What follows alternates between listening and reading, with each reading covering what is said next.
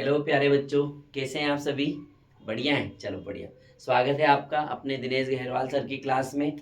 आज की क्लास में हम लोग पढ़ने वाले हैं फ्यूचर टेंस का तीसरा टेंस है फ्यूचर परफेक्ट टेंस। ठीक है, कल की क्लास में हम लोगों ने फ्यूचर कंटिन्यू टेंस पढ़ा था। आज हम पढ़ने वाले हैं फ्यूचर परफेक्ट टेंस। इसको हिंदी में बोलते हैं पूर्ण भविष्यकाल। पूर्ण भविष्यकाल मतलब होता है फ्यूचर की पूर्ण में बात। देखिए, हम लोग उसकी डिस्कस करने वाले हैं। अब उन्होंने बोल दिया कि फ्यूचर परफेक्ट टेंस। ठीक है, अब इसकी पहचान क्या होगी? तो इसकी पहचान हिंदी के सेंटेंसेस के लास्ट में चुका होगा, चुकी होगी, चुके होंगे। सेंटेंसेस के लास्ट में चुका होगा, चुकी होगी, चुके होंगे, या फिर लिया होगा, दिया होगा, किया होगा। लास्ट में क्या आएगा? लिया होगा, दिया होगा, किया होगा। सेंटेंसेस के लास्ट में हिंदी के वर्ड्स ये मिलेंगे आपको। ठीक है, ऐसे सेंटेंसेस जिनके लास्ट में चुका होगा, चुकी होगी, चुके होंगे, लिया होगा, दिया होगा आते हैं, वो फ्यूचर परफेक्ट टेंस के एग्जाम्पल कहलाते हैं। जैसे हम लोग बात करेंगे, जैसे हम घर, हम की जगह पर वे कर देते हैं। वे घर पहुंच चुके होंगे। वे घर पहुंच चुके होंगे। वे घर पहुंच चुके होंगे। ठीक है, वह अपना काम पूर्ण कर चुका होगा। ठीक है, उसने नाश्ता कर लिया होगा। उसने नाश्ता कर लिया होगा। ठीक है, मान लीजिए इसी सेंटेंस को ऐसा बोले कि सानिया ने मैच जीत लिया होगा। सानिया ने मैच जीत लिया होगा। क्लियर?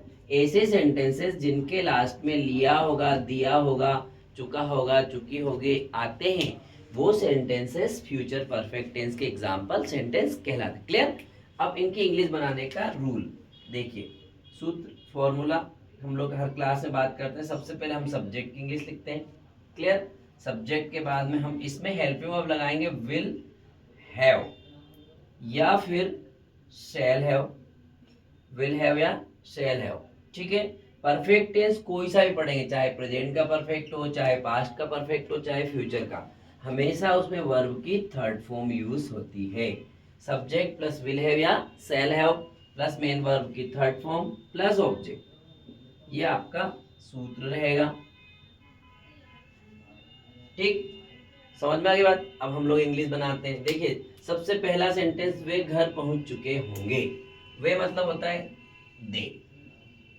दे के साथ में will have, they will have. अब पहुंचने के लिए वर्ब यूज होती है रीच, इसमें थर्ड फॉर्म लगाएंगे reached. They will have reached the home. ठीक है, they will have reached the home. वे घर पहुंच चुके होंगे। फिर वह अपना काम पूर्ण कर चुका होगा। ठीक है, he will have completed, he will have completed his work. वह अपना काम कंप्लीट कर चुका होगा। he will have completed his work। तीसरा एग्जाम्पल, उसने नाश्ता कर लिया होगा। लड़का भी हो सकता है, लड़की भी हो सकती है। तो she will have taken, take took taken। अब उसने अपना मतलब खुद का, उसने नाश्ता कर लिया होगा। she will have taken breakfast। Clear? Breakfast, उसने नाश्ता कर लिया होगा। सानिया ने मैच जीत लिया होगा। बहुत आसान सा एग्जांपल है, सानिया ने मैच जीत लिया होगा। तो fourth example, Sania will have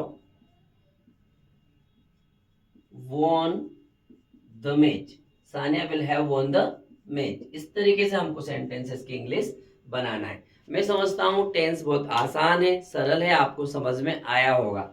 हम लोगों ने पॉजिटिव सेंटेंस की इंग्लिश बनाई, सब्जेक्ट विल हैव या सेल हैव, वर्ब की थर्ड फॉर्म और ऑब्जेक्ट। हम लोगों ने इन किसी भी सेंटेंस में सेल हैव का यूज नहीं किया। मैंने जैसे फ्यूचर टेंस स्टार्ट किया तो बोला है कि आजकल मॉडर्न इंग्लिश में सभी सब्जेक्ट के साथ में विल का यूज होता है। जनरली ये जो फ्यूचर टेंस है देखिए आप लोग, उसमें एक ही हेल्पिंग वर्ब है विल। इसमें फ्यूचर सिंपल जब पढ़ा था तो सब्जेक्ट के बाद में विल, फ्यूचर कंटिन्यूस में विल के साथ में बी, और फ्यूचर परफेक्ट में विल के साथ में हैव लगा रहे। क्लियर?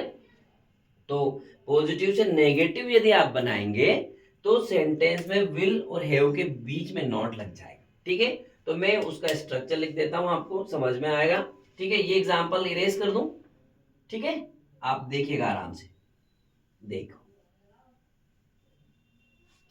इसको नेगेटिव बनाएंगे तो subject plus will not have, ऐसा होगा आपका हेल्पिंग वर्ब का structure. Subject plus will have या सेल हैव, कहीं लिखा मिलेगा तो आप लोग समझ जाइएगा, विल हैव या सेल हैव, या अब उसके बाद विल नॉट हैव या सेल नॉट हैव, फिर वापस से सेम स्ट्रक्चर, वर्ब की थर्ड फॉर्म और ऑब्जेक्ट। ठीक है, ये आपका नेगेटिव बनाने का रूल हो गया।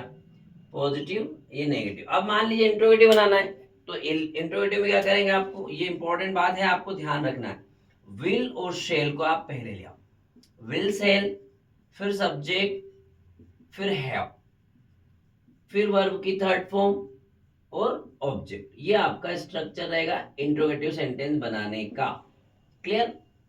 अब देखिए, इसमें बच्चों के दिमाग में कई बार ऐसा कंफ्यूजन क्रिएट होता है कि नेगेटिव में वर्ब की कौन सी फॉर्म यूज करें और इंट्रोगेटिव में वर्ब की कौन सी फॉर्म यूज करें। तो मैं आपको बता दूं, परफेक्ट टेंस में चाहे पॉजिटिव सेंटेंस हो, चाहे नेगेटिव हो, चाहे इंट्रोगेटिव इंट्रोगेटिव नेगेटिव, कोई सा भी स्ट्रक्चर हो, हमेशा वर्ब की थर्ड फॉर्म का यूज होता है। ठीक है ना? तो ये एग्जाम्पल है।